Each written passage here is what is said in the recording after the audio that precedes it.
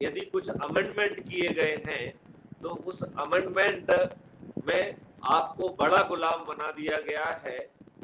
इन लाट साहबों को और अधिक अधिकारों से सुसज्जित कर दिया गया है। आज वो बिना कारण बताए किसी को भी बंद कर सकते हैं और उनकी कोई दायित्व तो नहीं है। यदि आप अपने आप को निर्दोष भी साबित कर लेंगे तब भी उन लाट साहबों की सेहत पे कोई फर्क नहीं पड़ना है।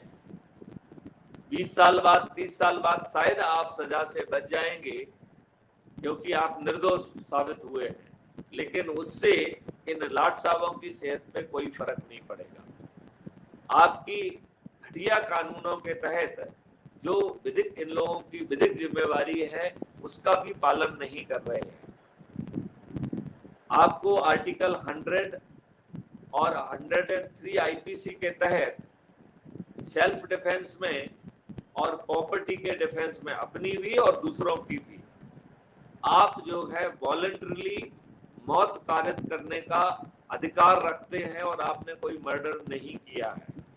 लेकिन हमारी पुलिस आपको ये लाभ ना देते हुए आपके विरुद्ध फर्जी 302 का मुकदमा कायम करके आपको जेल भेज देती है। एक और चीज देखिए आप कि एक केस हुआ, कोई आपको मारने आया और आपने जो है अपने सेल्फ डिफेंस में उस पे अपना बचाव किया, उससे उसको चोट लगी। आज की पुलिस जो है काउंटर केस कर देती है, तो आपके राइट टू सेल्फ डिफेंस के तहत उसको चोट पहुंचाना और इवन उसको मार देना भी अपराध की कैटेगरी में नहीं आता है, लेकिन ये लाभ आपको नहीं मिलता है। पुलिस के हम जैसे वरिष्ठ अधिकारी उस पर फाइल पर लिख देते हैं कि इसका कोर्ट से निदान कराया जाए। उसका कोर्ट से निदान क्यों कराया जाए? ये काम पुलिस को करना चाहिए कि जो विक्टिम है उसने कोई ऑफेंस नहीं किया और ऑफेंडर ने ऑफेंस किया है। यदि विक्टिम की से चोट भी लग जाती है तब भी विक्टिम ने कोई ऑफेंस नहीं किया। तो पहला क्वेश्चन पुलिस को यही स्थापित करना चाहिए कि विक्टिम कौन है और ऑफेंडर कौन है। इसी तरीके से न्यायालय में जब चार्ज फ्रेम करते हैं तो पहला क्वेश्चन जो है ना कोर्ट को देखना चाहिए कि विक्टिम कौन है और ऑफेंडर कौन है। तो विक्टिम को राहत मिलना चाहिए, ऑफेंडर को सजा मिलना चाहिए, और ऑफेंडर ने यदि कोई झूठी रिपोर्ट दर्ज भी कराई है तो उसमें खारिजी लगाई जाना चाहिए। ये बात जो है क्या आप कर पाएंगे? क्या आप शिक्षा को बदल पाएंगे? क्या आप 5 सर्टेनिटी के साथ अपराध मुक्त भारत और भ्रष्टाचार मुक्त भारत आपको मिलेगा? क्या पेपर करेंसी मुक्त भारत और क्राइम फ्री भारत से जो 20 गुना धनराशि आज भारत सरकार को पहुंचने वाली है, क्या वो इस तो आपकी व्यवस्था में ये दुष्ट राजनीतिक पार्टियां ऐसी करेंगी? क्या ये आपको टैक्स फ्री भारत देंगी? क्या ये आपको कर्ज मुक्त भारत देंगी, जिसमें आपको पैसे की आवश्यकता होने पर आपके ही डेबिट अकाउंट से आपको कर्ज मिल जाएगा और आपको किसी के सामने हाथ नहीं फैलाना होगा? जब आपके अकाउंट में पैसा होगा तो आसान किस्त में बढ़ जाएगा। कैसा अद्भुत भारत होगा। तो लगातार जो है ना शुक्ला जी की तरफ से कुछ ना कुछ क्वेश्चंस आ रहे हैं। अब अगला क्वेश्चन इनका है, क्राइम फ्री भारत के कार्यालय का पता व इसके संपर्क अधिकारी का क्रमांक सूचित करना चाहेंगे। ये हर उसमें अवेलेबल है, पता भी अवेलेबल रहता है और नंबर भी हर पे अवेलेबल रहता है। बल्कि आपको सलाह दी जाती है कि इस पे मिस कॉल दीजिए, क्राइम फ्री भारत का ऐप का लिंक प्राप्त करिए, लिंक को क्लिक करके जो है ना उससे जुड़ जाइए और साथ में शपथ भरिए। यदि आप डरे हुए सहमे हुए हैं तो सदस्य की शपथ भरिए, और यदि आप निडर और निर्भीक हैं तो चंद्रगुप्त की सहित जो है ना शपथ और रजिस्ट्रेशन करिए। आपको जो है चंद्रगुप्त का सर्टिफिकेट भी मिलेगा, विधायक, मंत्री, मुख्यमंत्री का ताज भी मिलेगा। राजेश जी, इसमें आप कुछ जोड़ना चाहते हैं? नहीं सर, बहुत सुंदर क्वेश्चन इन्होंने पूछा है, ये बहुत ही सुंदर क्वेश्चन है। ये क्वेश्चन है, क्या शासकीय लोक सेवक क्राइम फ्री भारत में सम्मिलित हो सकते हैं? ऐसा करना क्या आचरण नियम के अनुकूल रहेगा? सम्मिलित होने की क्या प्रक्रिया है? तो सबसे पहले मैं आपको बताऊं कि क्राइम फ्री भारत एक मिशन है, राजनीतिक दल नहीं है। इसके सभी 21 लक्ष्य जो है महान देशभक्ति और देश सेवा के हैं। लिहाजा इसको इसी ढंग से मिशन को बनाया गया है कि हर शासकीय सेवक सहित सभी जो है व्यक्ति क्राइम फ्री भारत मिशन के सदस्य हो सकते हैं। अब आपने दूसरी बात कही है, ऐसा करना क्या आचरण नियम के अनुकूल रहेगा? यस, यह पूरी तरह से आचरण नियम के अनुकूल है।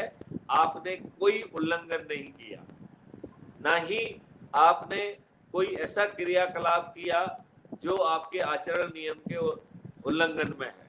ना आप धरना दे रहे हैं, ना जुलूस निकाल रहे हैं, ना चक्का जाम कर रहे हैं, ना तोड़फोड़ कर रहे हैं, ना आप किसी के पास जाके पिटीशन दे रहे हैं। तो सदस्य बनना तो आचरण नियम का उल्लंघन है ही नहीं। वो ऐसा कोई क्रियाकलाप भी नहीं कर रहा है जो आचरण नियम का उल्लंघन हो। लिहाजा शुक्ला जी, आपका, आपके सभी साथियों के से का और आपके माध्यम से सभी शासकीय सेवकों का क्राइम फ्री भारत में स्वागत है। एक और खुशखबरी मैं आपको बता दूं, क्राइम फ्री भारत शासकीय सेवकों को दुगने वेतन की गारंटी दे रहा है। ये वेतन जो है उसे जब काम करेगा तो रेवेन्यू स्ट्रीम के माध्यम से मिलेगा। तो न्यूनतम जो है वेतन वो दुगना हो जाएगा, लेकिन जो ज्यादा काम करेंगे उन्हें 3 गुना और 4 गुना वेतन भी मिलेगा। तो समृद्धि केवल किसानों के लिए नहीं आएगी, समृद्धि केवल जो है मजदूरों के लिए नहीं आएगी, समृद्धि केवल बिना हुनर और बिना शिक्षा के गरीब परिवार जिनकी क्रय शक्ति प्रतिमा है, प्रति परिवार 2 लाख रुपए होने वाली है 2029 तक, केवल समृद्धि उनके लिए नहीं आएगी बल्कि शासकीय सेवकों के लिए भी समृद्धि आएगी। और शासकीय सेवकों को एक दूसरा लाभ भी मिलने वाला है, उनकी शासकीय सेवा की गुलामी उनसे खत्म हो जाएगी। आपका बॉस आपकी एसीआर नहीं लिखेगा, आपकी एसीआर रियल टाइम बेसिस पे आपके काम के एट्रीब्यूट से एक्सट्रैक्ट कर ली जाएगी और उसे परफॉर्मेंस इंडेक्स में कन्वर्ट कर दिया जाएगा। उसी परफॉर्मेंस इंडेक्स के आधार पर आपको पदोन्नतियां मिलेंगी और पदस्थापनाएं मिलेंगी। लिहाजा जो आज स्थानांतरण उद्योग राजनेताओं ने चलाया हुआ है वो समाप्त हो जाएगा। शासकीय सेवक जो अंग्रेजों की गुलामियत वाले कानून हैं उनसे मुक्त हो जाएगी और जो वरिष्ठ बॉस है वो वरिष्ठ साथी बन जाएगा, वो सीनियर कलीग हो जाएगा। कंडक्ट रूल में एक परिवर्तन किया जाएगा कि यदि कनिष्ठ व्यक्ति चुपचाप बना रहता है, यदि वो वरिष्ठ साथी का कोई गलत निर्णय है उसके बारे में वो अपना इनपुट नहीं देता है और उसको सही निर्णय के लिए रिव्यू करने के लिए नहीं भेजता है, तो वो उसके पाप का भागीदार होगा। यदि वरिष्ठ साथी जेल जाएगा तो कनिष्ठ भी अपने आप जेल पहुंच जाएगा। लिहाजा आचरण नियम जो कह रहा है कि बॉस इज राइट और if there is any confusion please refer to clause number 1, ये बदल जाएगा। बॉस को आपको रिव्यू डिसीजन के लिए लिखना कंडक्ट रूल के तहत आपकी बाध्यता होगी। यदि कंडक्ट रूल के तहत यदि आप जो है जब जो है रिव्यू के लिए लिखेंगे तो वरिष्ठ अधिकारी की ये हक है कि वो अपने विवेक से निर्णय ले आपके बात पे विचारण करके। यदि वो ये निर्णय लेता है कि आपकी बात ठीक नहीं है और जो उसने निर्णय लिया है वह सही है, तो मैं आपको बताना चाहूंगा कि अरेंजमेंट के तहत आपको उसके उस आदेश को मानना ही होगा।